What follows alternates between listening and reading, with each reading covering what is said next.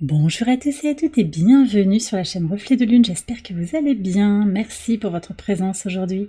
On se retrouve pour le tirage relationnel et sentimental du mois de septembre 2024 pour le signe du Bélier.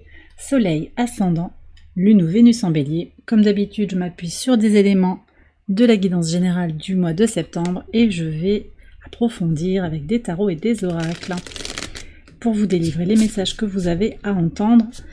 Si vous êtes en recherche de questions concernant le relationnel, le sentimental, alors relationnel au niveau professionnel, amical, familial, et le sentimental, que vous soyez célibataire, en couple ou dans des situations compliquées, il y a peut-être un message ici pour vous.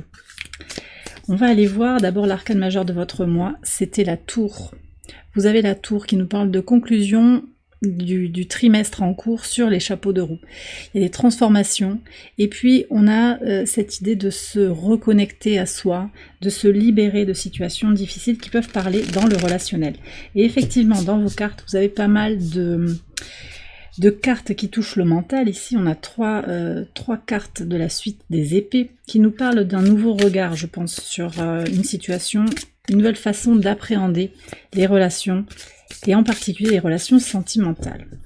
Alors, je vais faire le tirage là pour compléter sur l'entourage proche, la vie sentimentale à proprement parler, les situations compliquées. Par rapport à l'entourage proche, on a une avancée, un esprit de conquête, quelque chose... alors, vous avancez peut-être avec ceux qui ont envie d'être avec vous, et puis sinon, ben voilà, tu veux pas aller dans mon espace, bah c'est ok, moi je trace mon sillon. Il y a vraiment cette idée de prendre les commandes, mais d'intégrer aussi avec bienveillance les personnes qui ont envie d'être dans votre dynamique. Qu'est-ce que vous avez en plus?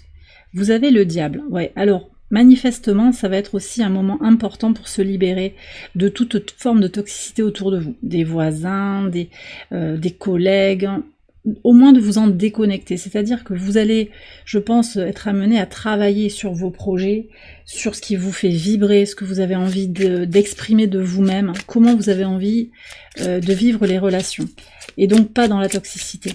Il va y avoir des choses qui vont se libérer, hein, clairement, c'est peut-être déjà en cours, ouais. En fait, il y a une quête de vous-même hein, qui est très présente actuellement, qui vous amène à mettre un terme à ces situations toxiques, à sortir toute forme de toxicité relationnelle, y compris dans la famille, y compris dans des personnes qui ont peut-être à un moment été des amis. Vos chemins divergent pour le meilleur. Quel est le conseil par rapport à ça ? Oui, ben on vous dit de... Voilà. Votre idéal, votre souhait d'être en harmonie avec vous-même et avec les autres sans vous sacrifier, parce qu'on est quand même sur un axe qui vous concerne au premier chef avec le nœud nord dans votre signe, le nœud sud en balance et la lune nord en balance sur ce mois de septembre qui vise à se prioriser, se libérer d'un besoin de concorde qui se ferait à votre détriment. Donc c'est bien confirmé, vous êtes dans votre ligne là et vous y allez. Ok, donc ça c'est très positif. On va voir sur la vie sentimentale à proprement parler. Magnifique, on a deux valets. Le valet de coupe, le valet d'épée.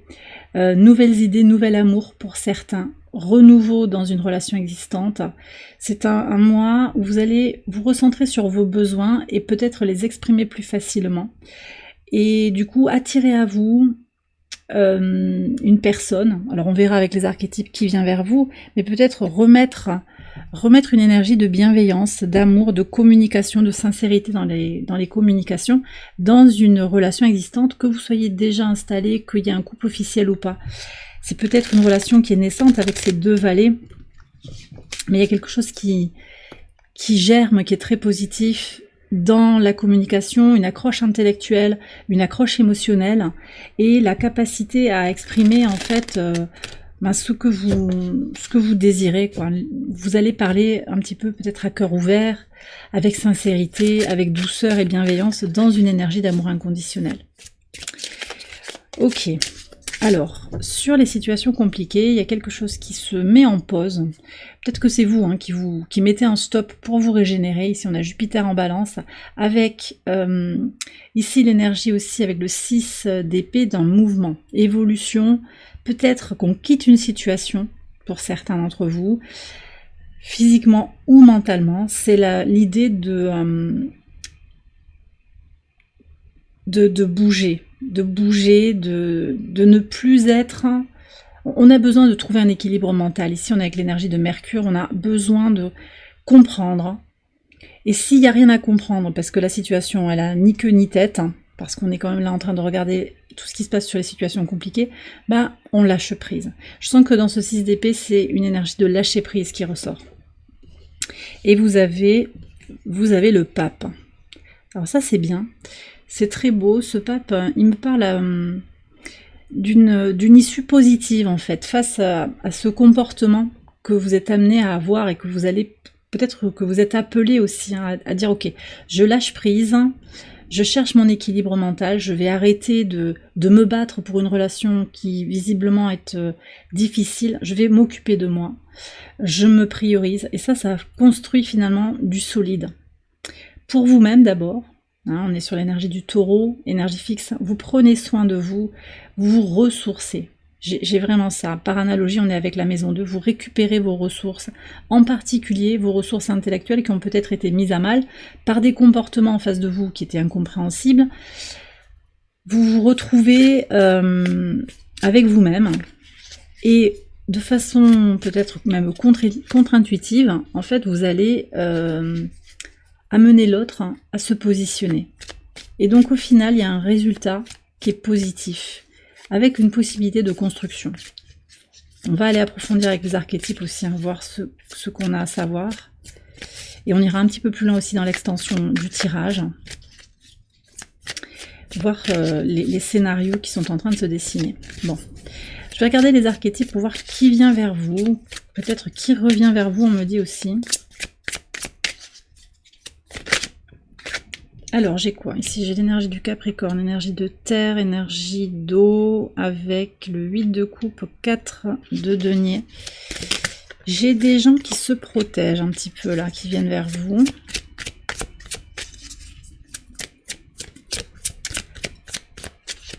On va voir, est-ce qu'il y a un autre message? Ici, on a la tempérance, énergie de feu, et on a le magicien, encore Mercure qui sort ici. Alors, j'ai Vierge et Gémeaux, j'ai Sagittaire également. Capricorne, je vous disais, puis Scorpion, Cancer, Poisson. Alors, j'ai différents types de personnes qui viennent vers vous. J'ai peut-être un couple, on me parle d'un couple ici, un couple qui se protège. Alors, c'est peut-être pas quelqu'un ou un groupe de personnes avec qui vous êtes amené à tisser des liens, mais ils vont vous éclairer en fait. Alors, est-ce que vous allez les rencontrer au travail, ou est-ce que vous les connaissez, vous les retrouvez, un couple d'amis? Ils vont vous éclairer sur la vie à deux, des dysfonctionnements dans la communication, le fait de retenir sa parole, les émotions. C'est comme un exemple en fait pour vous, enfin un exemple, oui.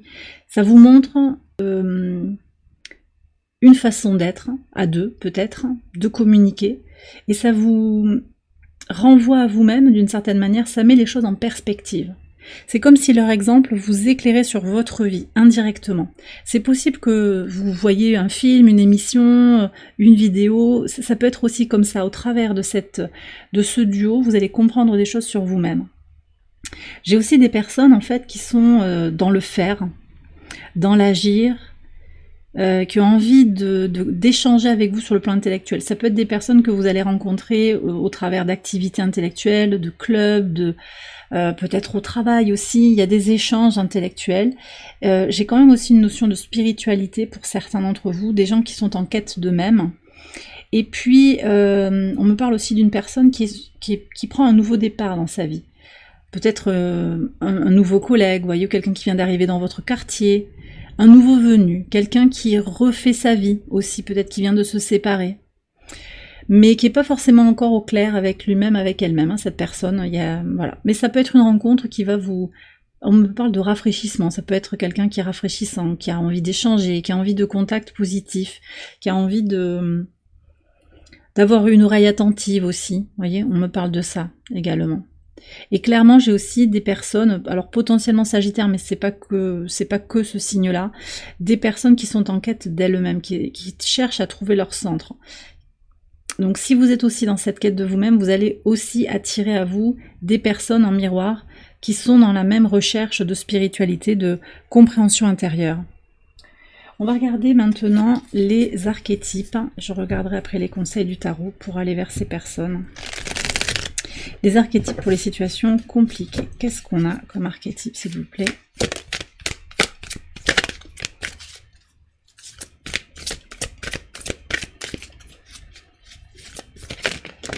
Alors, 4 messages. Qu'est-ce que j'ai? J'ai la reine, féminin sacré. Le dilettant. Le dilettant? La dilettante. Celui qui fonctionne en dilettante, qui travaille en dilettante. Ok, le juge et le métamorphe. J'ai plusieurs situations là qui sont évoquées. Bon, j'ai quelqu'un qui vient dans le lien, mais qui n'est pas tout à fait... on me dit c'est insupportable, oui. C'est pour ça que vous allez vous mettre à distance, en fait. Vous remettez les choses... c'est quelqu'un qui prend les choses à la légère, en fait, qui s'investit pas. J'ai quelqu'un qui s'investit pas. Pour autant, ça ne veut pas dire que vous n'êtes pas son féminin sacré, sa reine, que vous soyez un homme ou une femme. Il y a quelque chose, en fait, que cet autre voit chez vous, mais il n'arrive pas à clarifier les choses, à s'engager. Peur de l'engagement, peur de se retrouver enferré.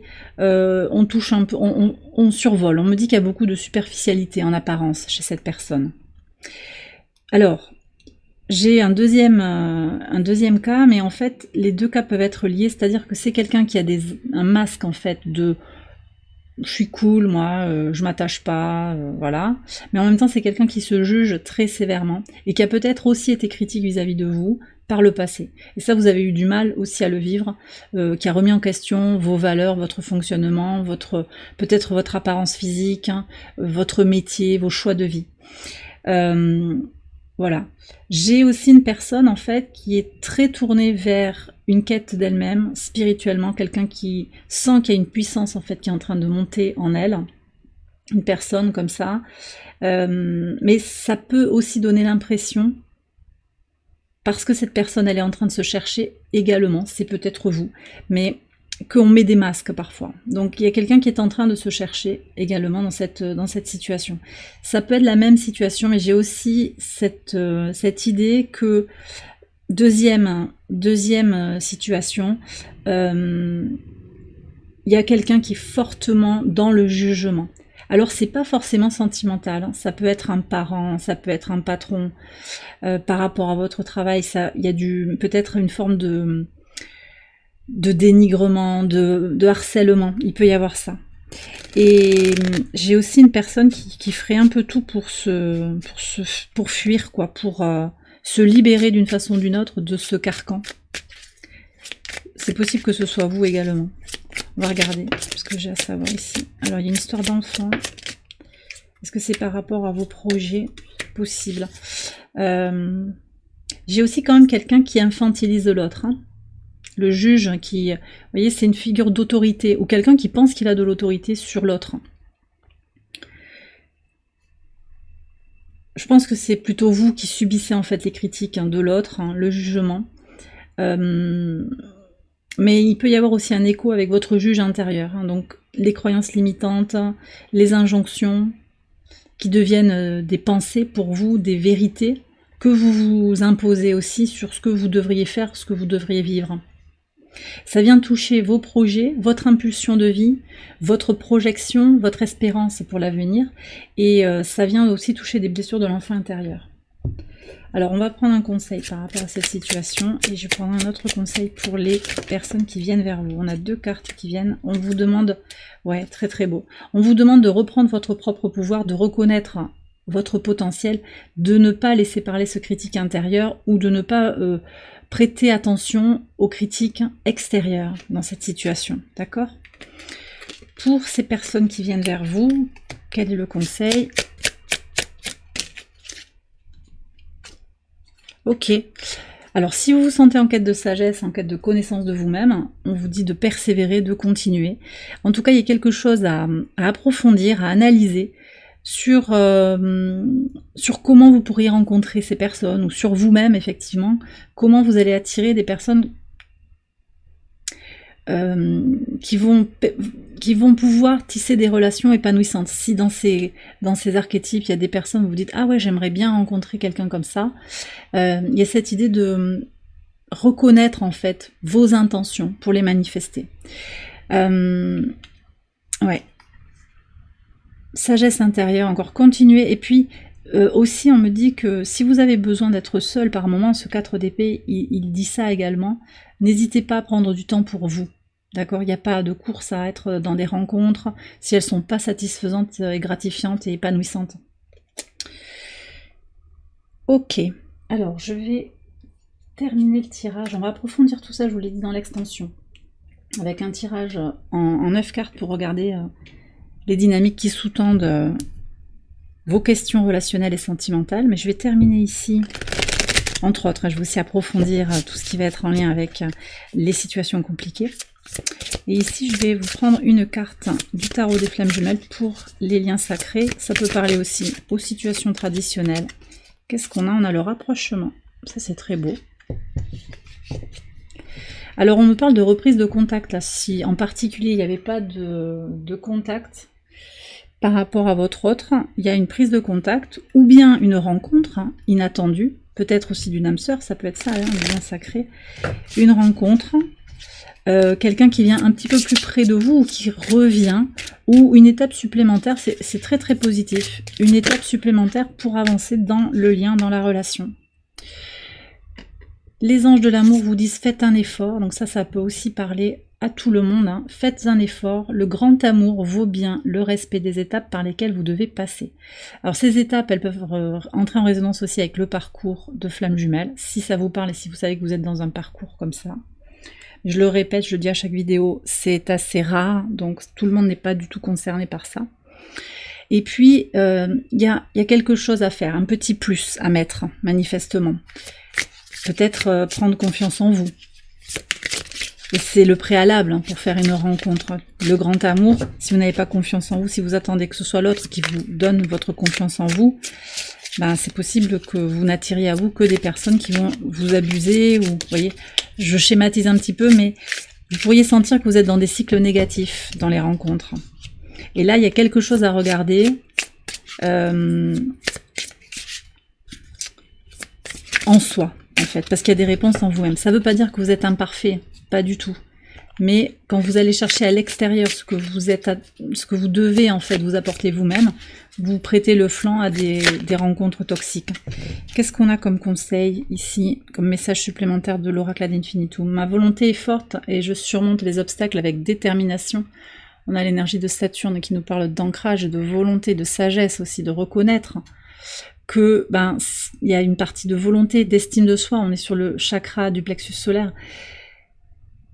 Voilà, alors vouloir ses pouvoirs, c'est un peu surfait, mais vouloir ses pouvoirs, on a vraiment cette notion d'élévation avec Jupiter, et on a également ici Jupiter qui revient dans la carte des asperges, avec l'intuition, chakra du 3e œil. Ma vision intérieure est en constante expansion et me révèle de nouvelles vérités. Connectez-vous à votre intuition, je ressens ça, et soyez courageux, volontaire, déterminé, posez des intentions qui vibrent avec votre vérité intérieure pour manifester aussi ce que vous désirez, pour faire venir cet amour dans votre vie, cet amour, cette relation harmonieuse. Vous voyez, comme je vous disais, ces personnes, si elles vous attirent, si vous avez envie, si vous avez une idée, peut-être des personnes, du type de personnes, de relations que vous aimeriez tisser, on vous invite à être confiant en votre capacité à attirer à vous ces personnes-là, et à dépasser les obstacles, parce que les obstacles, ils sont juste là ils font partie du chemin, et ils testent votre détermination aussi. Voyez ?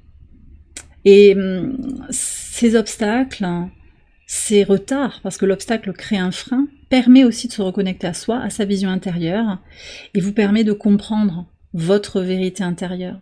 Ok, là je suis bloquée, qu'est-ce que j'ai à réajuster à moi ?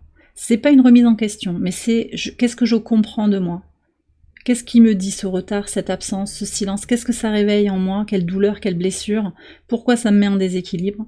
Qu'est-ce que j'ai à travailler pour m'aimer davantage, prendre confiance en moi, et puis jaillir avec l'énergie de Jupiter, m'épanouir? Vous avez Jupiter encore au sextile de votre signe, vous êtes très soutenu pour vous ouvrir à des relations sociales stimulées, voyez. Pour voyager, il y a peut-être des choses aussi au travers du voyage, de nouvelles découvertes culturelles qui vont vous permettre, on avait beaucoup cet intellect au début du tirage, s'ouvrir à de nouvelles connaissances, découvrir d'autres cultures, ça peut être aussi un biais pour aller vers de nouvelles rencontres intéressantes, pas forcément dans le sentimental, mais des rencontres humaines qui vont vous nourrir également. Et bien voilà les béliers, j'ai terminé votre tirage, j'espère qu'il vous a éclairé. Si c'est le cas, je vous invite à liker la vidéo et à vous abonner si vous ne l'avez pas encore fait. Vous pouvez également aller voir les autres vidéos de cette série pour votre ascendant, votre lune ou votre Vénus. Je vous souhaite un excellent mois de septembre, je vous embrasse bien fort et je vous dis à très bientôt pour les prochaines vidéos. Bye bye.